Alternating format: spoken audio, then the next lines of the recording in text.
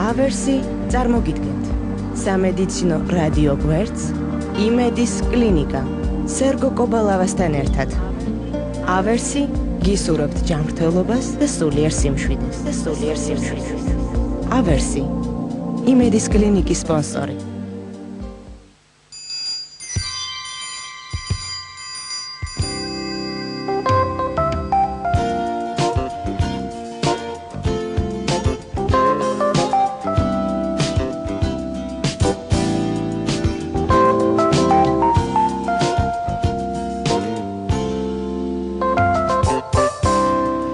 მოგესალმებით მეგობრებო, დღეს შაბათი დღეა და სერგო კობალავა წარმოგიდგენთ სამედიცინო რადიო გადაცემა იმედის კლინიკას. ჩვენ პირდაპირ ეთერში მუშაობთ დღეს უახლოესი 9 საათის განმავლობაში.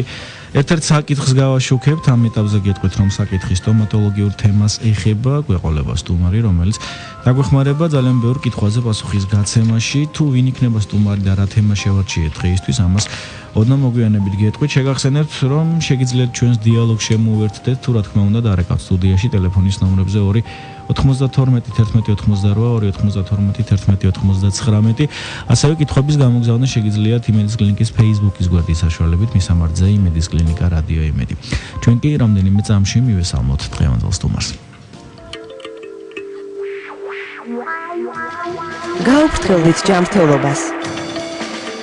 იმედის კლინიკა ღია ყოველდღე.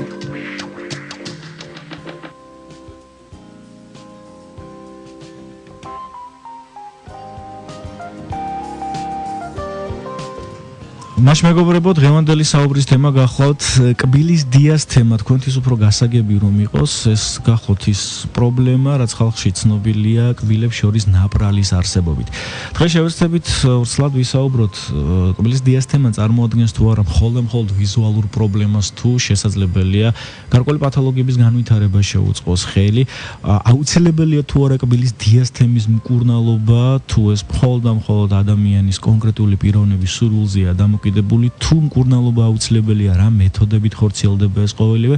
თუმცა გადაცემას თავიდან დავიწყებთ ზოგადი ინფორმაციით, როგორ ხდება კბილის ამოჭრა, რა ფაქტორები უწყობს ხელს კბილის ნორმალური ამოჭრის პროცესს, რა აზიანებს და არღვევს ამ ფიზიოლოგიურ მოვლენას და შემდგომ უკვე ძირითად სასაუბრო თემაზეც გადავალთ. ჩვენი დღევანდელი სტუმარი ქავტონის სალომე ავალიშვილია, ავერსის კლინიკის ორთოდონტის სტომატოლოგი. დიდი მადლობა მას მობრძანებისთვის და მივესალმები, გამარჯობა ქავტონ სალომე. მოგესალმებით. მოდით თავდაპირველად, როგორც აღვნიშნეთ, სანამ გადავალთ ძირითად სასაუბრო თემაზე, ეს არის კბილის დიას თემა, ნაპრალი კბილებს შორის. ვისაუბროთ იმ ფიზიოლოგიურ მოვლენაზე, რასაც ქვია კბილის განვითარება და ამოჭრა.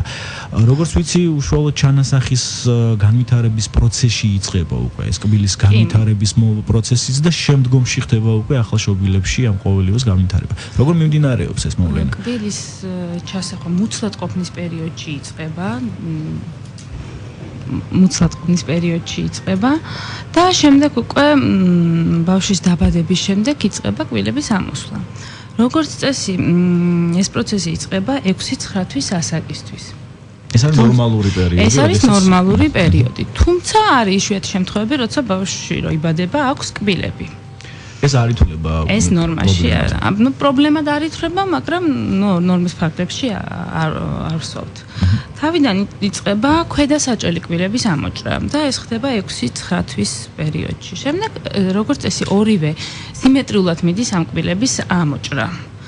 შემდეგ ზედასაჭრელების უფრო 10 თვისკენ, 7-10 თვისკენ, მეორე საჭრელებიც ამოჭრა უკვე 9-12 თვის პერიოდში იწყება. და ასე შემდეგ 3 წლამდე უნდა ამოიჭრას ყველა სარძევე კბილი. ეს არის 20 სარძე, აქ და 20 სარძევე კბილი. უნდა აღნიშნოთ, რომ ეს ვადები ძალიან მიახლოებულია და ინდივიდუალური. არის რაღაც ხელშემწყობი ფაქტორები, რომელიც ამას უშლის ამ პროცესს. ეს არის ნივთიერებათა ცვლის დარღვევა, ენდოკრინული დაავადებები, უნდა მივაქციოთ ყურადღება ჰიპოთირეოზ და რაკიც. ეს პერიოდში ალბათ ორსულის მხრიდან. არა, ბავშვებში. ამის სპეციალური პროფილაქტიკაც არის და ეს უკვე პედიატრთან შეთანხმებით ხდება. და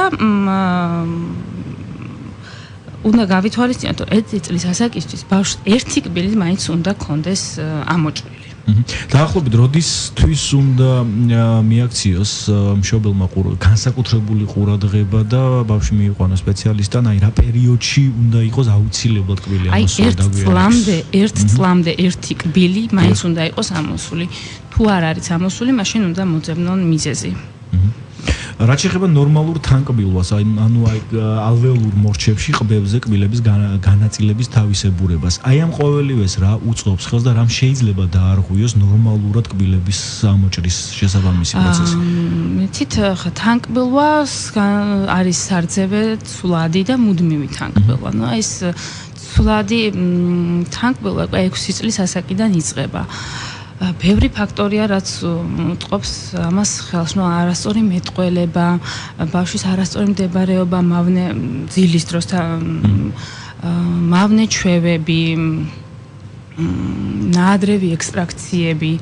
ანუ ამოღება კბილის ნაადრევი, სარძევე კბილების ნაადრევი ექსტრაქციები. საერთოდ 3-4 წლისთვის მშობელებს ურჩევთ, რომ ბავშვი მიიყვანონ ორთოდონტთან და გაიარონ კონსულტაცია. კბილის დიასთემა ნაპრალი კბილებს შორის რას წარმოადგენს ზოგადად ეს პრობლემა და რამდენად აქტუალურია საერთოდ სტომატოლოგიაში აღნიშნული? მოდით არ ვთქვათ, რომ ეს დაავადება აღნიშნული არა, ეს არ არის დაავადება, ანუ ეს შეიძლება კბილების დგომის ანომალიებს, რა თქმა უნდა. და საკმაოდ გავრცელებულია, მინდა გითხრათ, მოსახლეობის დაახლოებით 20%-მდე გვხვდება ეს პრობლემა. ძირითადად გვხვდება ზედა საჭრელ კბილებს შორის. თუმცა ქვედა ყბაზეც შეიძლება იყოს. მე როგორც წავიკითხე, სანამ გადაცემას მომამზადებდი, დიასთემა შეიძლება განვითარდეს სხვადასხვა ასაკში. დაწყებული ბავშვთა ასაკიდან ეგრეთ წოდებულ სარძევე კბილებზე და შემდგომში უკვე მუდმივად ამოჭრილ კბილებთან მიმართებაში. აქედან გამომდინარე არჩევენ ორ ძირითად ფორმას, ეს არის სრუ და ეს არის ჭეშმარიტი დიასთემა. კლასიფიკაცია ბევრი აქვს, არის სრუ, რა თქმა უნდა, ჭეშმარიტი ფორმები. სრუ დიასთემა ხდება ძირითადად ცვლადი თანკბილვის პერიოდში და ეს ნორმაა ბავშვთა ასაკში. სანამ გვერდითი საჭრელები და ეშვები არ ამოიჭრება. და როგორც წესი, კბილთა ცვლის დამთავრებისთანავე ესეთი დიასთემა იხურება.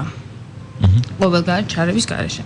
რაც შეეხება ჭეშმარიტ დიასთემას, ის ხდება მუდმივ თანკბილვაში და არ იხურება სპეციალური სტომატოლოგიური ჩარევის გარეშე. ნაპრალის ზომა რა აფარგლებში მერყეობს ამ შემთხვევაში, თუნდაც იგივე სრუს ან ჭეშმარიტ დიასთემის შემთხვევაში? ნუ დიასთემა სივრცე შეიძლება მერყეობდეს 1 მმ-დან 10 მმ-მდე. როგორც წესი 2-6 მმ-ია ეს არის საშუალოდ. თუმცა 10 მმ-საც შეიძლება იყოს. მიზეზები რა უწყობს ხელს, რატომ ვითარდება ნაპრალი კბილებს შორის? დიასთემის განვითარების მიზეზებიდან პირველ რიგში უნდა აღვნიშნოთ გენეტიკური ფაქტორი. ოჯახებში, სადაც დიასთემისადმი გენეტიკური წინასწარ განწყობაა, ნათესავების 50%-ში გვხვდება ეს დიასთემა. სხვა ეტიოლოგიური ფაქტორებიდან აღსანიშნავია რეტენციული ზეკომპლექსური კბილები ან კბილი ცენტრალურ საჭრელებს შორის. ასევე ნაწილობრივი ადენტია ერთი გვერდითი ან ორივე გვერდითი საჭრელის, კბილთა შორის სიძგიდის მიდამოში თulis შედარებითი გასქელება, ზედა ტუჩის ლაგამის დაბალი მიმაგრება, მიკროდენტია, ნაპრალები, მავნე ჩვევები, როგორიცაა ენის, თითის სწოვა, ჩხილების, ფანქრის კნეტა და სხვა. ასე რომ ბევრი მიზეზია დიასთემის განვითარების. აქედან ალბათ დამეთანხმებით ნახევარზე მეტ მსმენელი ვერ გაიგებდა, იმიტომ რომ ტერმინები იყო დასახელებული და მოდით ვეცადოთ გავშიფროთ ყველაზე აქტუალური მიზეზები. ნუ გასაგებია, ერთ-ერთი ეს არის ანატომიური მავნე ჩვევები და ანატომიური თავისებურება. გენეტიკური ფაქტორი, ეს ერთ-ერთი მიზეზია და მავნე ჩვევები. აი ჩხილის ენის სწოვა, თითის სწოვა, საწოვარას სწოვაც რა თქმა უნდა, ესეც ხანგრძლივი წოვა მაგაზეა. სხვა ხო და ადენტია ეს არის კბილების ნაკლებობა. როგორც წესი, ხშირია მეორე საჭრელების ადენტია. და აი ამ დროს ეს პირველი ცენტრალური საჭრელები შორდება ერთმანეთს და ჩნდება დიასთემა. სხვათა შორის ამ თემაზე საუბრობთ გადაცემის დაწყებამდე, რატომღაც დღესდღეობით არის განსაკუთრებით ევროპულ ქვეყნებში, ამერიკის შეერთებულ შტატებში, ჰოლივუდი ძალიან ბევრმა ვარსკვლავმა იგივე მომღერალმა მიმართა იმ მეთოდს, როდესაც ისინი ხელოვნურად იკეთებენ დიას თემას, არ ვიცი მათთვის ეს ვიზუალურად ლამაზია თუ მოსაწონია. ჩვენთან თუ არის მომართვიანობა ამ თვალსაზრისით და ხალხი თუ მოდის სტომატოლოგთან დიას თემის გასაკეთებლად? მოდის. დიას თემის გასაკეთებლად ვერ გეტყვით, მაგრამ მე მომართავენ დიას თემის დასახურად. საკმაოდ ბევრი პაციენტია ამით მომართული. ჩვენ ამ თემაზე ვისაუბრებთ აუცილებლად, როდის არის საჭირო დიას თემის დახურვა და რა მეთოდები არსებობს ამისათვის. კბილის დიას თემა ეს არის სტომატოლოგის თვალსაზრისით, ეს არის მხოლოდ ვიზუალური პრობლემა, თუ შეიძლება გარკვეულ პერიოდში მას რაიმე დაავადების კვალიფიკაციაც მივანიჭოთ, როდესაც აუცილებლად ვურჩევთ ჩვენ პაციენტს ამ ნაპრალის დახურვას. იცით ეს ხშირ შემთხვევაში ეს არ არის მარტო ესთეტიური ნაკლი და თუ დიდი ზომის არის დიას თემა, ის იწვევს მეტყველების დარღვევას. აქედან გამომდინარე კომუნიკაციურ და ფსიქოლოგიურ პრობლემებსაც. ვინაიდან დიას თემის მქონე ადამიანების ნაწილი, რა თქმა უნდა, არა ის ნაწილი, რომელიც ხელოვნურად იქნის ამ დიას თემას, უმრავლესობა დისკომფორტს განიცდის ღიმილის დროს და ხოლო მეტყველების დარღვევა კი მეტყველების დეფექტი სირთულეებს უქმნის ხალხთან ურთიერთობაში. აქედან გამომდინარე, ხშირად არა მარტო სტომატოლოგიური პრობლემაა, ამ დროს მიმართავთ ალბათ ლოგოპედის კონსულტაციასაც, რომ ეს მეტყველების პრობლემა მოწესრიგდეს.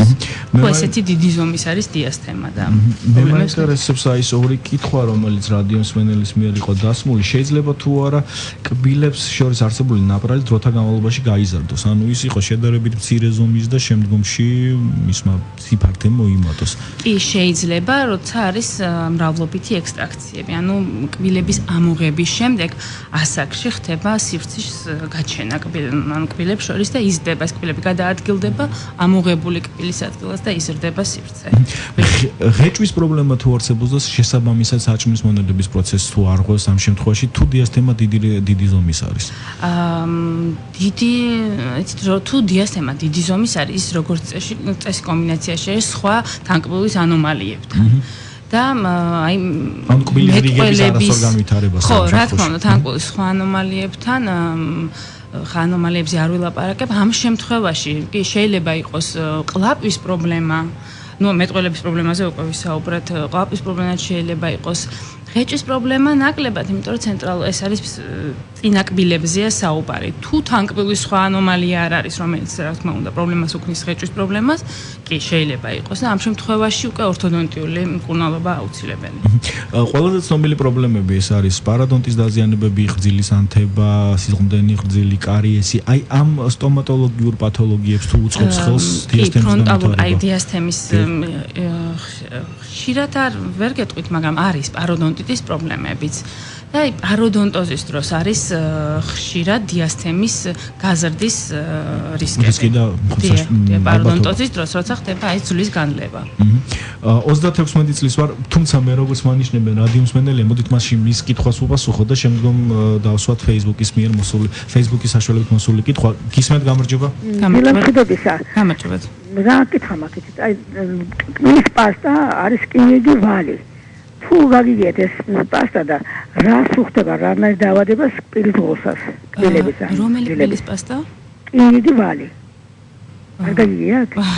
ვერ გეტყვი. ხახო იმაში და ფეკებს იყიდება. კარგით. დიდი მადლობთ კითხვისთვის. 36 წლის ვარ და სიბზნის კბილები არ მოგჯერ ამოსული. ეს რაიმე პათოლოგიაზე მიუთითებს თუ შეიძლება ნორმა ჩაითვალოს? აინტერესებს რადიო მსმენელს. იცით რა არის 36 წლის ასაკში შესაძლებელია არ იყოს სიბზნის კბილები, მაგრამ აქ რენტგენოლოგიური კვლევაა საჭირო, რომ ნახოთ არის ჩანასახები სიბზნის კბილების თუ არ არის. შეიძლება არც იყოს ჩანასახები, ამიტომ სიბზნის კბილი არ ამოვა. თუ არის ჩანასახი, მისი დგომის პრობლემები შეიძლება იყოს, რეტენცია ამ დროს და აი ამ შემთხვევაში უკვე ქირურგიული ჩარევაა საჭირო. ამიტომ რენტგენოლოგიური კვლევის გარეშე ამაზე რთულია პასუხის გაცემა. დიდი მადლობა, მე ყველა შეგახსენებთ, დღეს საუბრობ თემაზე კბილის დიას თემა, ანუ ნაპრალი კბილებს შორის. გავტენი სალომე ავალიშვილია ჩვენი სტუმარი.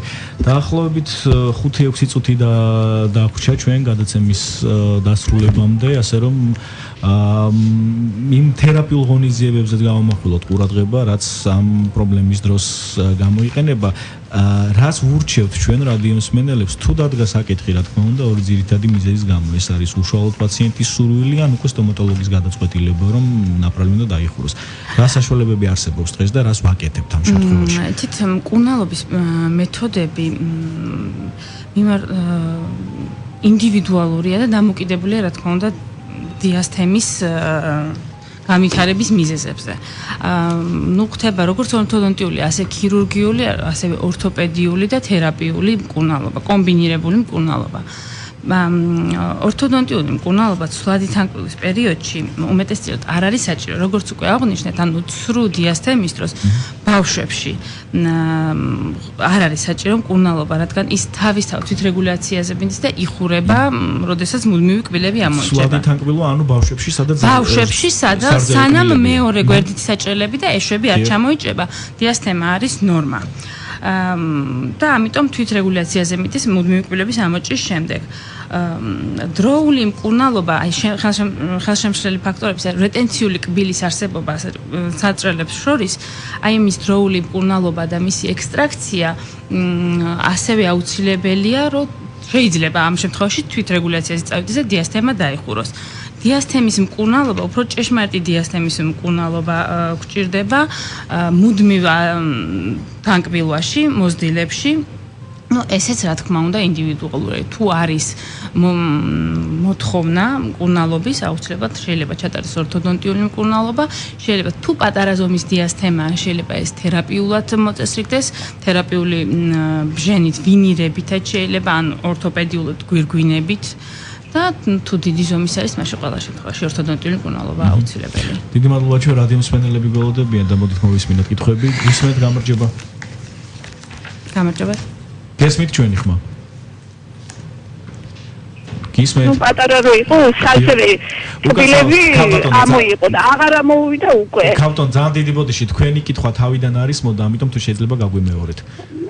14 წლის ბიჭია, ხო და გამოიღო კბილები სალსევე, ბავშვობაში, ნუ 4-5 წლის ასაკში. და აღარ ამოდის ის კბილები.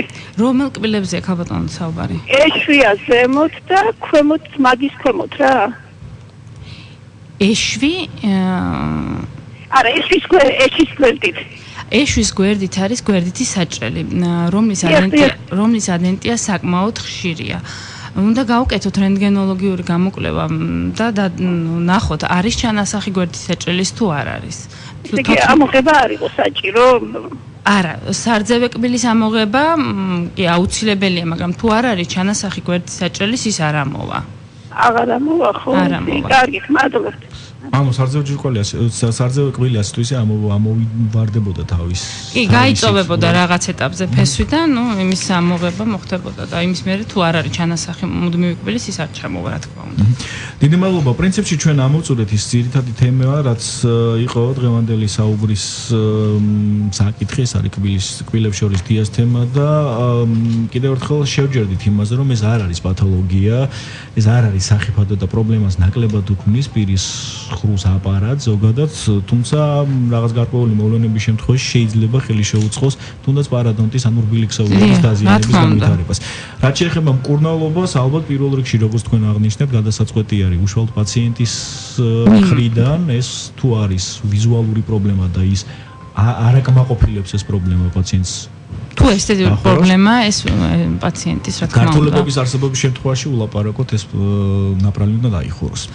რა თქმა უნდა, გართულებების შემთხვევაში კი თუ ის კომბინირებულია სხვა სახის ყბაყვილთა სისტემის ანომალიებთან. დიდი მადლობა, ჩვენ საუბრობდით დღეს ავერსი კლინიკის სტომატოლოგთან, ორთოდონტთან, ქალბატონ სალომე ავალიშვილთან. ჩვენ ერთმანეთს უკვე მომავალ კვირას შევხვდებით. დღეს ამით დავასრულოთ გამოშვება. ნახვამდის.